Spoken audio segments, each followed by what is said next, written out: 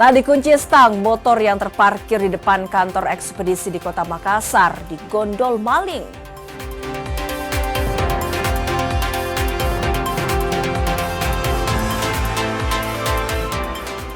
Tim SAR evakuasi mahasiswa yang terjebak dalam goa. Evakuasi berlangsung dramatis melalui tebing setinggi 25 meter.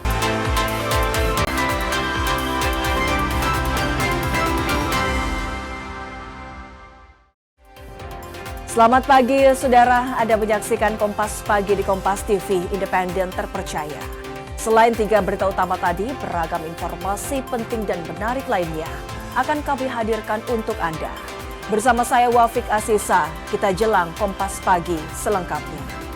Saudara, aksi pencurian sepeda motor di Makassar, Sulawesi Selatan terekam CCTV. Pelaku yang beraksi seorang diri membawa kabur motor yang tidak terkunci stang dengan cara didorong. Rekaman kamera pengawas atau CCTV ini memperlihatkan aksi pencurian sepeda motor di depan kantor ekspedisi di Jalan Rege 2, Kecamatan Talo, Makassar pada 25 Juli 2026 dini hari. Pelaku dengan mudah membawa kabur motor yang tidak terkunci stang dengan cara didorong. Akibat pencurian ini, korban alami kerugian puluhan juta rupiah. Kejadian itu jam 4:40. Hari apa? Di hari Minggu, Pak. Minggu dini hari berarti ya? Iya, Minggu dini hari. Itu bagaimana caranya bisa hilang motor itu? Caranya itu pada saat kami semua ini selesai menyetir paket di jam 1. Ya, setelah itu kami semua kecapean dan tertidur. Dan di jam 4:30-an dia datang dari ujung sendiri pakai helm. Dia berdiri di sini kurang lebih 10 menit. Dan setelah dia lihat tidak ada orang, dia langsung melancarkan aksinya. Kasus pencurian sepeda motor ini telah dilaporkan ke Polsek Talo dan dalam penyelidikan pihak kepolisian. Arif Tirtada, Kompas TV Makassar, Sulawesi Selatan. Saudara, aksi pembalakan liar di kawasan hutan lindung di Kabupaten Buton Selatan berhasil digagalkan polisi. 5 warga ditangkap dan ratusan batang kayu jati disita sebagai barang bukti.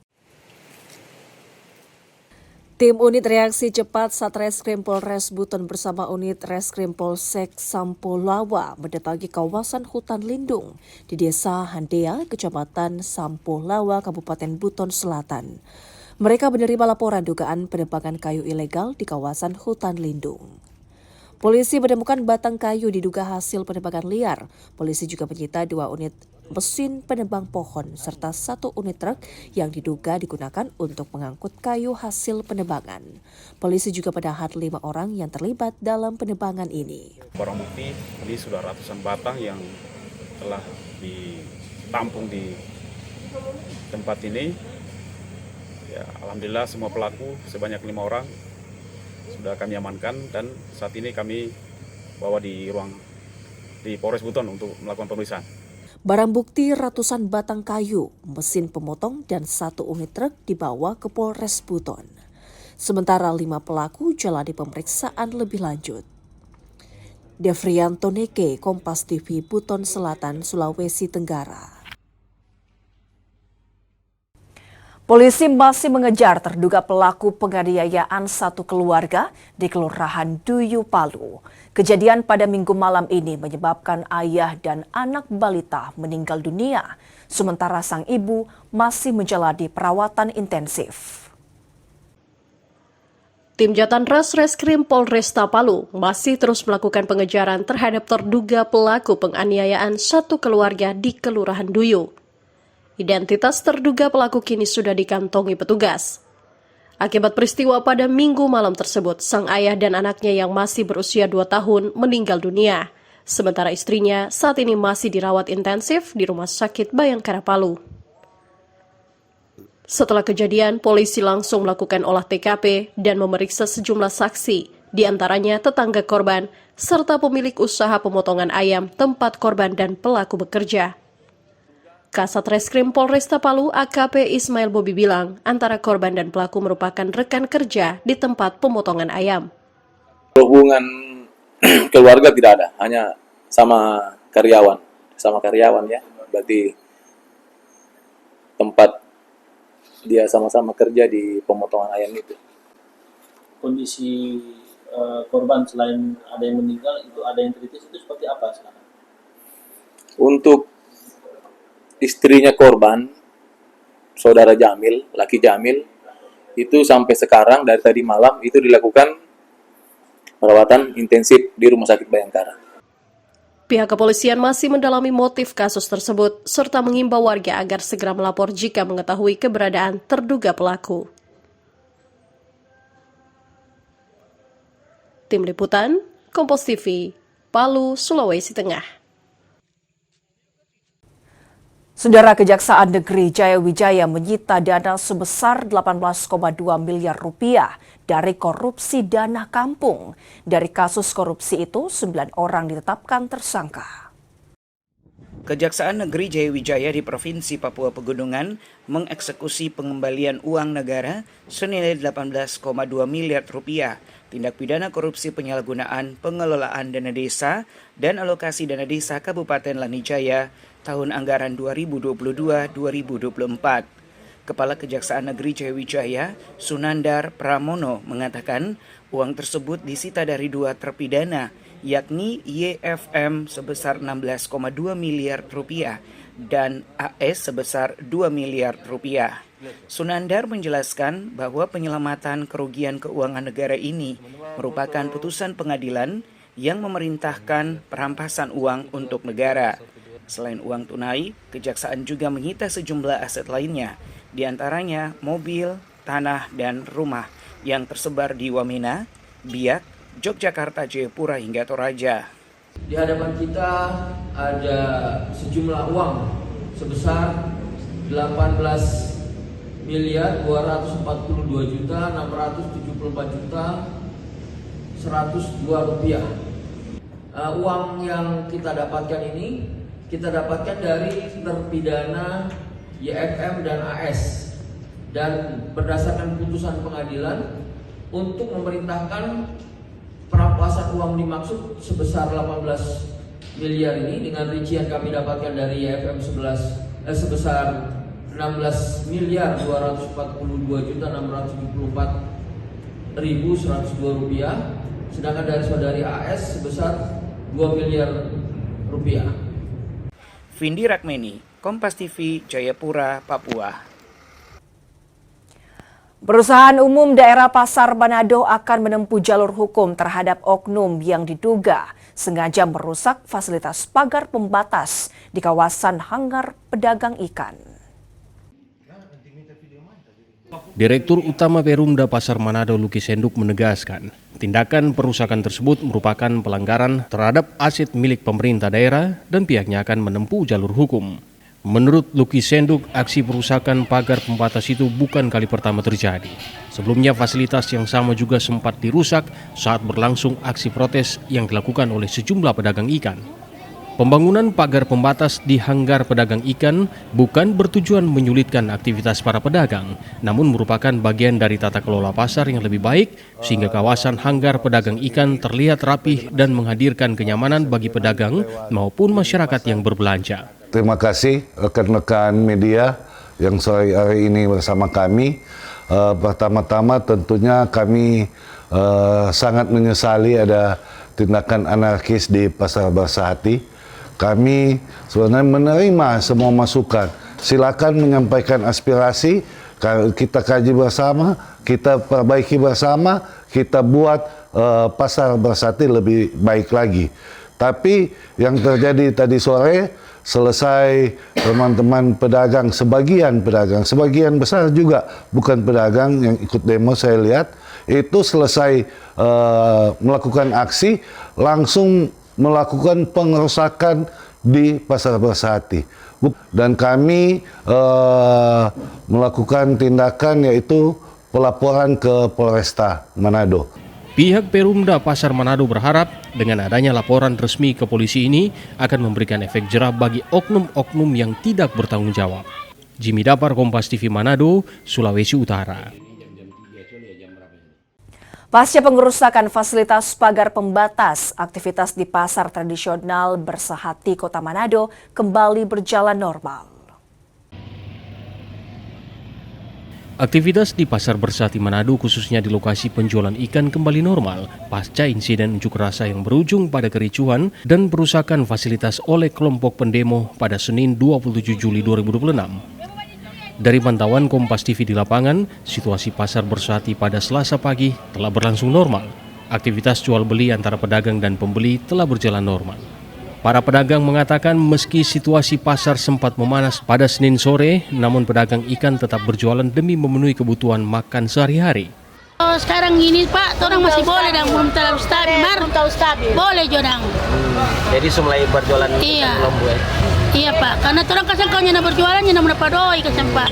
Tetapi apa keadaan apa tetap orang mesti berjual. Karena apa orang mencari doi kasih makan kasih cari doi makan dan orang di istilah Pak.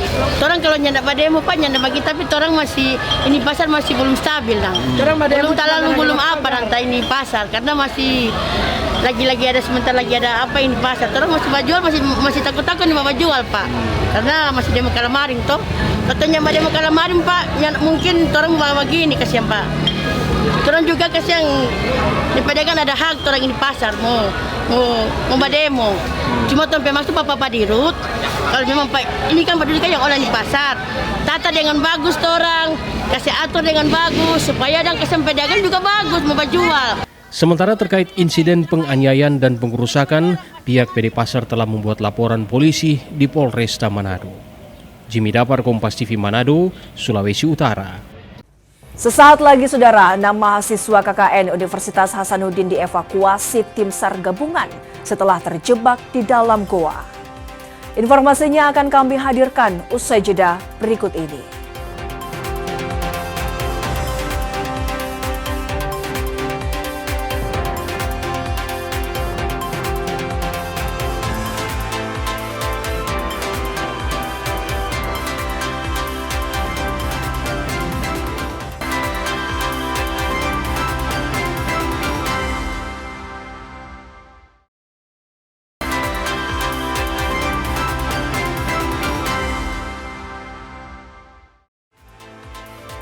Anda kembali menyaksikan Kompas Pagi di Kompas TV, independen terpercaya. Saudara, 6 mahasiswa KKN Universitas Hasanuddin dievakuasi tim SAR gabungan setelah terjebak di dalam goa. Evakuasi berlangsung dramatis lantaran tim harus menurunkan para korban melewati tebing terjal setinggi 25 meter menggunakan sistem tali. Proses evakuasi ke-6 mahasiswa KKN yang terjebak dalam gua Kalibong Aloa di Kampung Pele, Kecamatan Pidasatede, Pangkep, Sulawesi Selatan berlangsung dramatis. Selain harus melewati tebing tinggi, 1 dari 6 mahasiswa alami kram kaki dan harus dievakuasi menggunakan tandu. Sementara 5 lainnya kelelahan sehingga tak mampu melanjutkan perjalanan. Tim SAR menerapkan teknik evakuasi khusus menggunakan sistem tali agar seluruh korban dapat diturunkan dengan aman. 1 orang yang mengalami kram kaki di Gua Kalibong, Aloa, Kecamatan Minatasane, Kabupaten Pangkep, Provinsi Sulawesi Selatan. Langsung kami menggerakkan anggota menuju lokasi dan pada pukul 22 tiba di lokasi dan langsung melakukan evakuasi. Kendala memang yang dialami oleh tim rescue masalah tebing yang memang ada sampai 25 meter yang harus melakukan evakuasi dengan menggunakan sistem. Maka itu dan pada pukul 10 tadi tim SAR gabungan berhasil mengevakuasi dan langsung menyerahkan ke tim medis. Setelah berjuang, 6 mahasiswa ini pun berhasil dievakuasi dalam keadaan selamat dan langsung dibawa ke Puskesmas Pidasatede untuk mendapatkan penanganan medis. Aziz Hamid, Kompas TV Pangkep, Sulawesi Selatan. Aksi demonstrasi mendesak pemberantasan narkoba digelar di Polda Sulawesi Tenggara. Massa meminta polisi menindak jaringan hingga para pelaku pengedar narkoba. Kemudian membenarkan adanya dugaan peredaran narkotika. Puluhan anggota Laskar Merah Putih Sulawesi Tenggara bersama masyarakat Laonti menggelar aksi demonstrasi di depan Polda Sulawesi Tenggara. Dalam aksi ini, massa mendesak Ditres Narkoba Polda Sultra untuk segera melakukan penyelidikan dan penindakan terhadap dugaan maraknya peredaran narkoba di Kecamatan Laonti, Kabupaten Konawe Selatan. Massa menilai kasus narkoba di daerah itu terus meluas dan kian memprihatinkan. Kita sepakat memberantas peredaran narkoba. Tidak hanya untuk di lingkup Kecamatan Laonti, tetapi kita secara umum untuk Sulawesi Tenggara kita harus bantu Direktorat Reserse Narkoba Polda Sultra bagaimana memberantas narkoba. Nah, terkhusus kejadian hari ini di lingkaran PT GMS itu lagi-lagi terjadi penangkapan yang melibatkan karyawan PT GMS itu sendiri. Artinya kami menduga adanya peredaran narkoba secara terstruktur di lingkaran unsur karyawan PT GMS maupun unsur pimpinan. Menanggapi aksi demonstrasi, Polda Sulawesi Tenggara akan menindaklanjuti keluhan warga. Polisi pun akan melakukan pemeriksaan pada warga setempat. Kami sangat merespon baik. Ini membuktikan bahwa masyarakat Sulawesi Tenggara, khususnya Laonti, sangat mendukung bagaimana generasi kita, warga Laonti secara umum Sulawesi Tenggara bebas dan bersih dari narkoba. Kami sangat mengapresiasi aksi daripada masyarakat Laonti yang memiliki semangat untuk mendukung dan bersama-sama dengan Polda Sultra menindak atau mengurangi serta memberantas peredaran gelap dan penyalahgunaan narkoba. Selain polisi, massa juga mendesak BNN Provinsi Sulawesi Tenggara untuk melakukan tes urin secara menyeluruh terhadap karyawan perusahaan tambang guna mencegah penyalahgunaan narkotika di lingkungan kerja. Silviansyah Kia, Kompas TV Kendari, Sulawesi Tenggara. Kasus dugaan korupsi penggunaan anggaran penyedia barang dan jasa senilai lebih dari 6,5 miliar rupiah di DPRD Papua Barat Daya kini naik ke tahap penyidikan.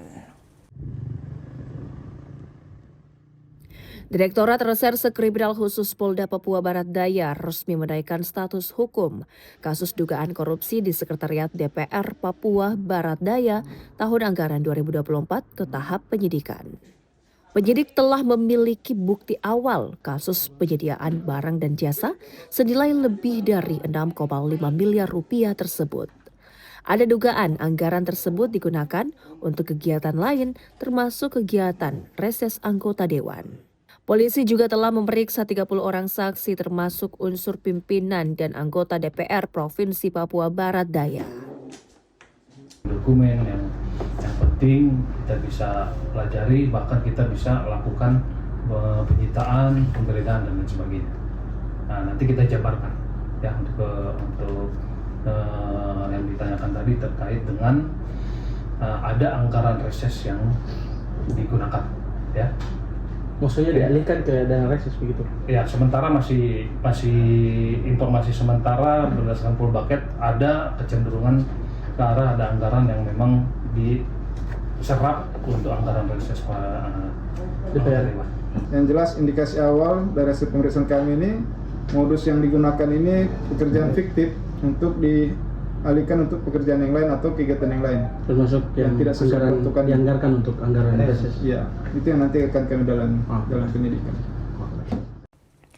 Dampak kemarau panjang, warga Mapili, Polewali Mandar harus menggali sumur di dekat sungai untuk mendapatkan akses air bersih.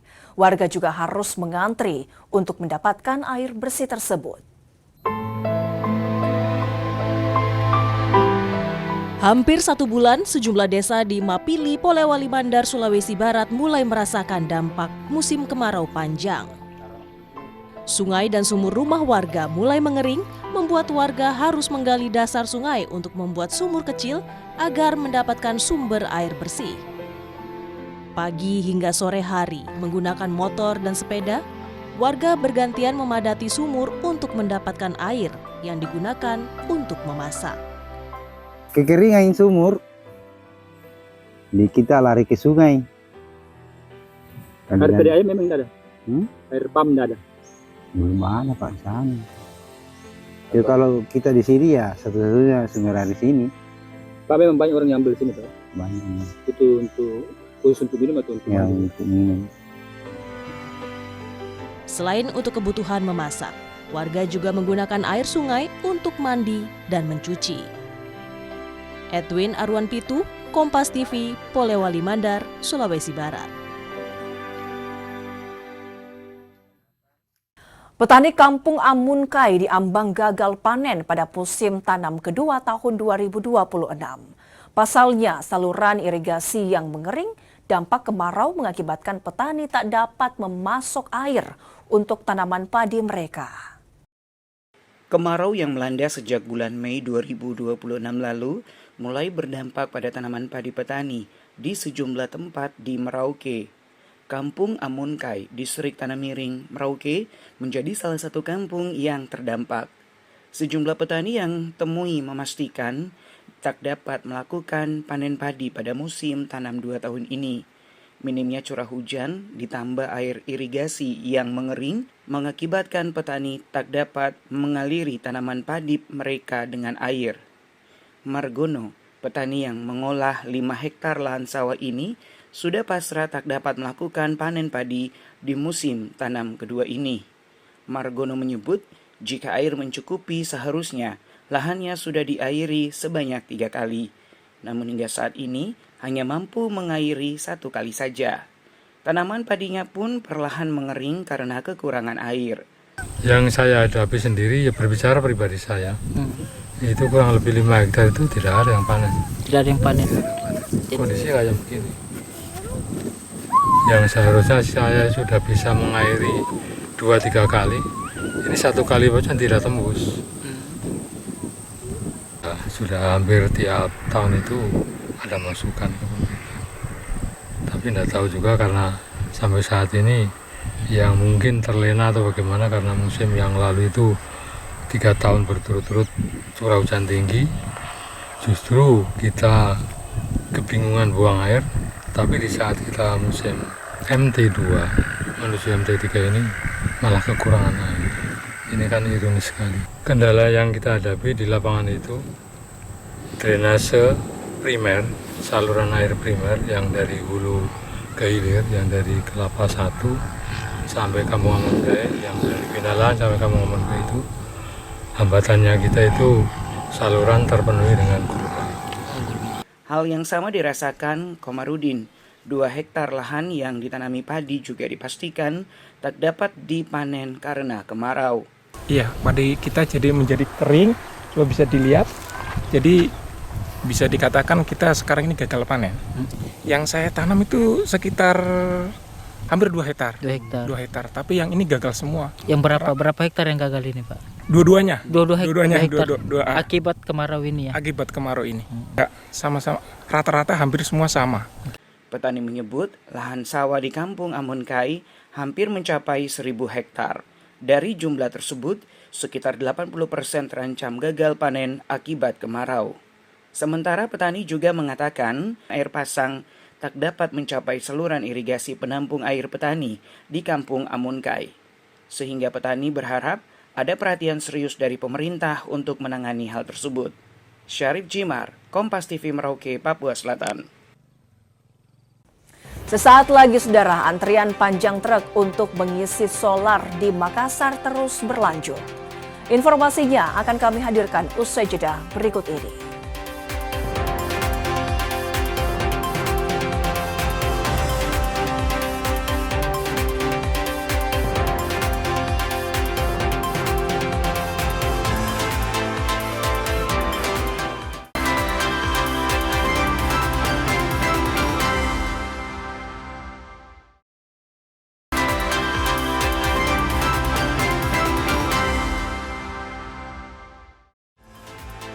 Terima kasih Anda kembali menyaksikan Kompas Pagi di Kompas TV, independen terpercaya. Antrian panjang truk untuk mengisi solar di Makassar terus berlanjut. Truk harus antri hingga berjam-jam, bahkan hingga mengular ke jalan. Perjuangan sopir truk untuk mendapatkan BBM jenis solar di Makassar, Sulawesi Selatan tak kunjung usai. Mereka tetap harus berjibaku demi mendapatkan BBM bersubsidi itu. Di SPBU di Jalan Perintis Kemerdekaan Makassar misalnya, demi solar sopir harus mengantre hingga berjam-jam. Panjangnya antrean bahkan hingga mengular ke jalan. Ini bukan kali pertama sopir truk berjuang lebih untuk solar. Hampir setiap hari, para sopir terpaksa antre demi solar. Pak Iwan, Pak, ini kita lagi antri solar atau apa ini, Pak? Antri solar ini, Pak. Berapa jam nih antri solar?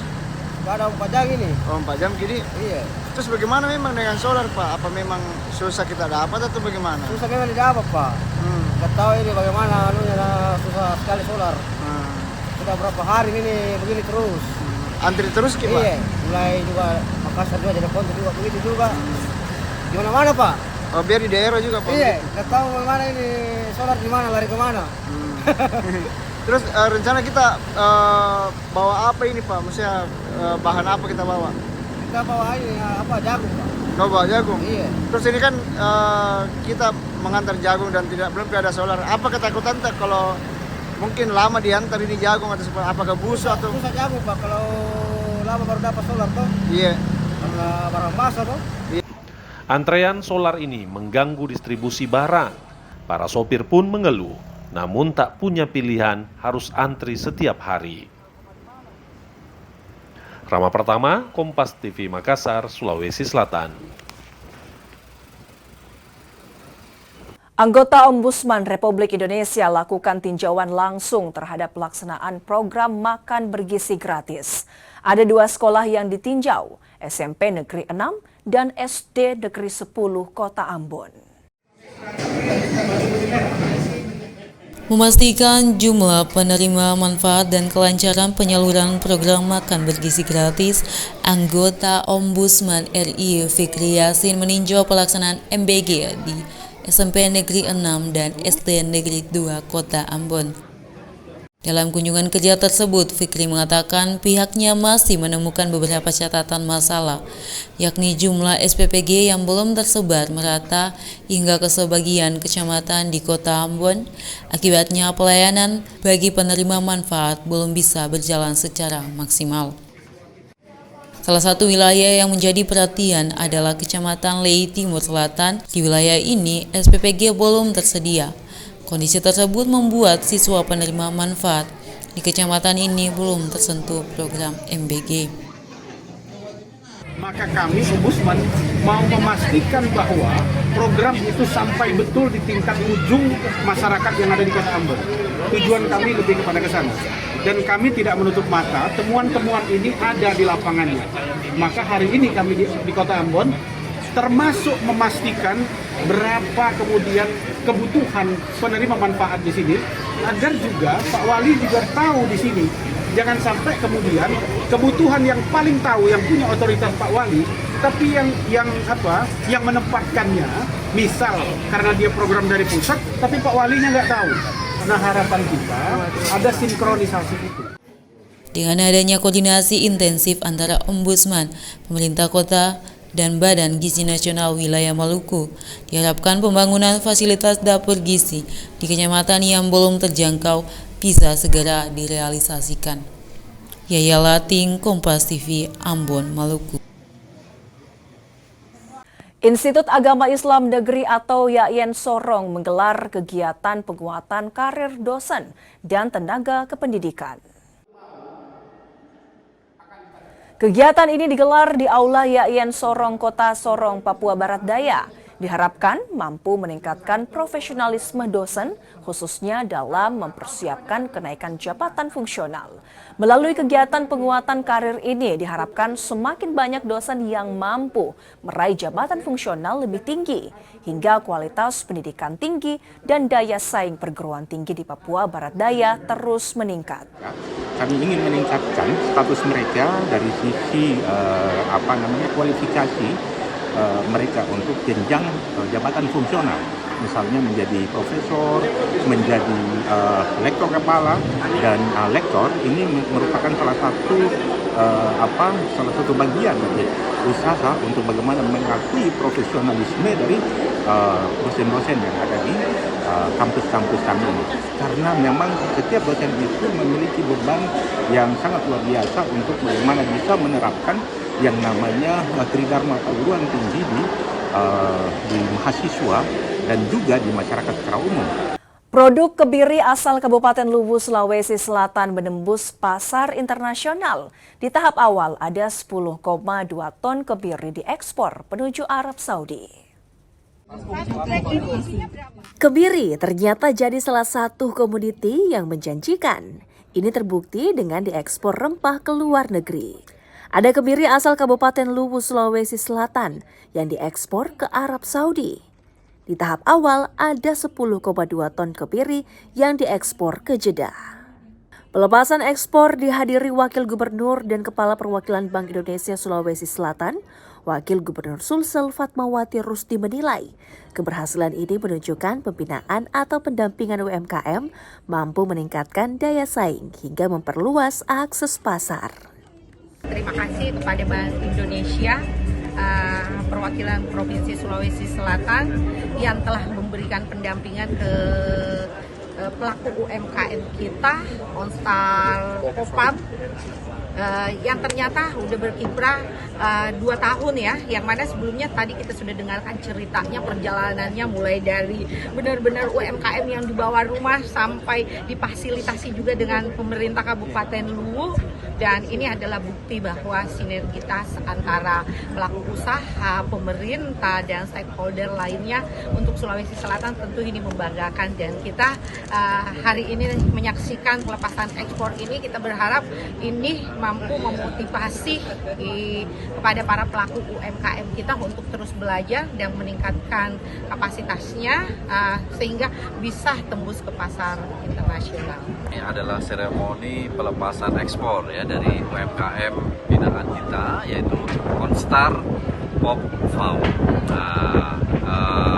UMKM ini mengekspor 10,2 juta ton, ya.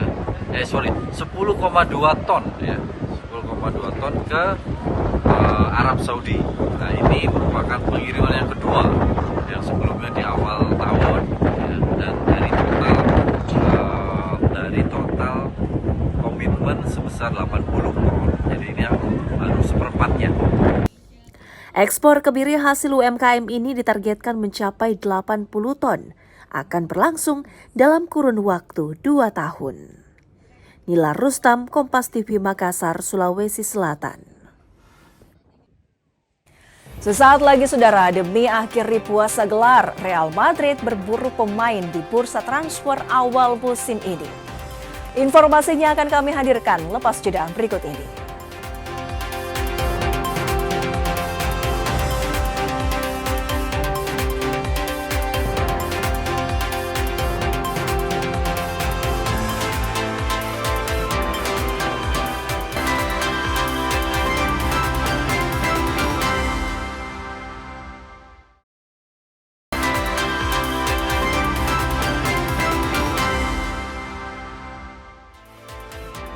Anda kembali menyaksikan Kompas Pagi di Kompas TV Independen Terpercaya.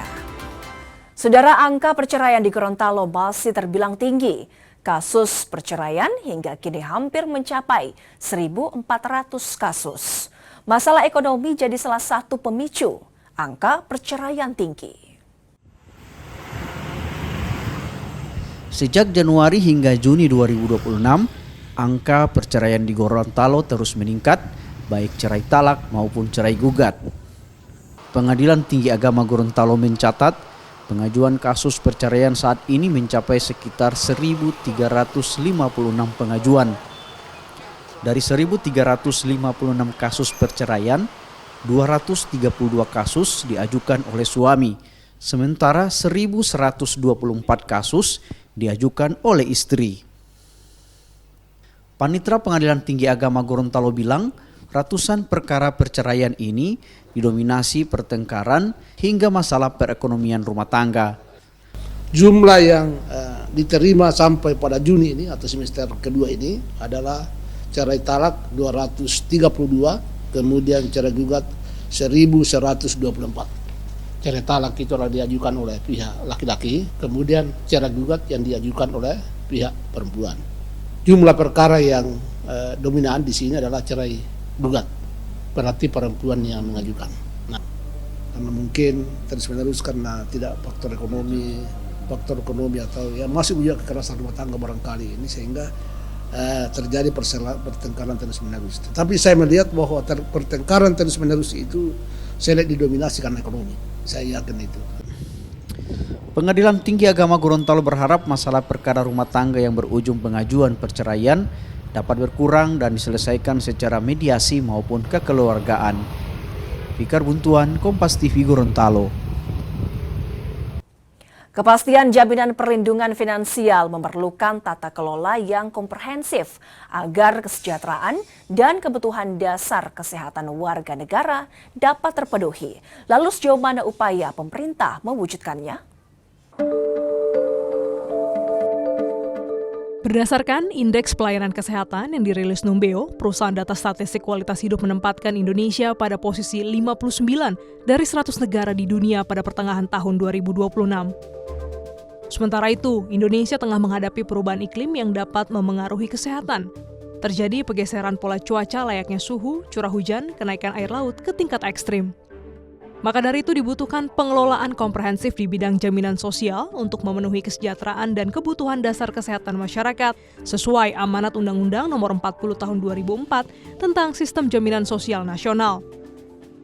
Namun, upaya besar pemerintah mewujudkan jaminan sosial nasional masih terdapat beberapa problematika yang harus diperhatikan, khususnya kepesertaan yakni 20 juta peserta nonaktif dan dana tunggakan iuran yang menumpuk. Terkait hal itu, Timbul Siregar dari BPJS Watch menilai banyaknya permasalahan yang terjadi perlu ditindaklanjuti agar penyaluran tepat pada penerima manfaat jaminan kesehatan nasional. Jadi kasus-kasus yang saya ceritakan tadi itu kan terkait dengan bagaimana kemampuan Vaskes tingkat 1 untuk pencegahan sehingga menurunkan tingkat kuratif. Kemampuan rumah sakit untuk bisa diakses lebih mudah, bisa merawat tanpa lagi harus ada fraud yang dilakukan. Demikian juga dengan alat kesehatan, obat, itu juga harus dijamin karena pasal 22 ayat 1 itu menjamin bahwa obat adalah bagian yang dijamin oleh JKN. Di lain pihak, Hasbulo Tabrani, pakar ekonomi kesehatan, turut menanggapi problema yang terjadi dalam tata kelola penyaluran manfaat jaminan kesehatan nasional yang harus berpedoman pada kesejahteraan mendasar. Tujuan dari JKN adalah memastikan bahwa setiap penduduk yang sudah bayar iuran, jadi peserta, jika dia butuh pelayanan kesehatan sesuai kebutuhan medis, dia dapat dilayani tanpa harus menyebabkan kantongnya bolong. Pengamat asuransi Irfan Raharjo menilai sejumlah penyakit yang mengancam jiwa dapat menjadi beban BPJS. Dan kita tahu juga kurang lebih 30% dari biaya pelayanan BPJS itu berasal dari penyakit katastrofik. Penyakit katastrofik itu penyakit-penyakit kronis yang berbiaya besar seperti jantung, ginjal, thalassemia, stroke, dan seterusnya. Ada kurang lebih 9 penyakit kritis yang berbiaya besar. Meskipun pemerintah tengah merencanakan solusi terbaik untuk terwujudnya jaminan kesehatan nasional yang dikelola oleh BPJS, asas gotong royong untuk melindungi penduduk Indonesia sejak awal dilahirkan hingga lansia tetap membutuhkan sokongan melalui iuran yang telah ditetapkan berdasarkan peraturan yang ada. Jadi memang kalau kita bisa asumsikan bahwa 9 dari 10 peserta BPJS Kesehatan itu merasa puas gitu ya. Tentu saja dalam hal ini kita sebagai suatu badan ya untuk penyelenggarakan pelayanan publik, tentu saja pasti harus ada perbaikan-perbaikan. Tren program jaminan kesehatan nasional terus menunjukkan pertumbuhan dalam 3 tahun terakhir. Jumlah peserta meningkat secara konsisten dari 260 juta jiwa pada 2023 menjadi 278,1 jiwa dan mencapai 282,7 juta jiwa pada 2025. Seiring bertambahnya peserta, pendapatan iuran yang sempat stabil di angka 151,6 triliun rupiah meningkat menjadi 176,7 triliun rupiah pada 2025. Pada saat yang sama, tingkat pemanfaatan pelayanan JKN juga semakin tinggi. Dari 606,7 juta kali pelayanan pada 2023, meningkat tajam menjadi 725,3 juta kali pada 2025. Kenaikan ini mencerminkan semakin luasnya cakupan peserta, sekaligus meningkatnya kebutuhan masyarakat terhadap pelayanan kesehatan melalui program JKN. Di situ baru terasa manfaat-manfaat BPJS, dari rawat inapnya, obat-obatan, dari rumah sakitnya, ya kan. Terus sampai sekarang ibu saya masih terima manfaatnya BPJS selama sudah berjalan 2 tahun. Terbantu sekali ya dengan adanya BPJS Kesehatan ini. Khususnya untuk persalinan anak kedua saya, ya full semua di cover sampai dengan pengobatan istri saya. Siapa yang tak ingin sehat? Tentunya pasti setiap maklumat. Jalan dibuat mungkin sudah tepat, yang pasti butuh laporan yang tepat. Klinis Oktania, Kompas TV, Jakarta. Saudara, informasi tadi sekaligus mengakhiri kebersamaan kita dalam Kompas Pagi di Kompas TV Independen Terpercaya. Saya Wafik Asisah mewakili seluruh kerabat kerja yang bertugas pamit. Terima kasih, selamat beraktivitas dan sampai jumpa.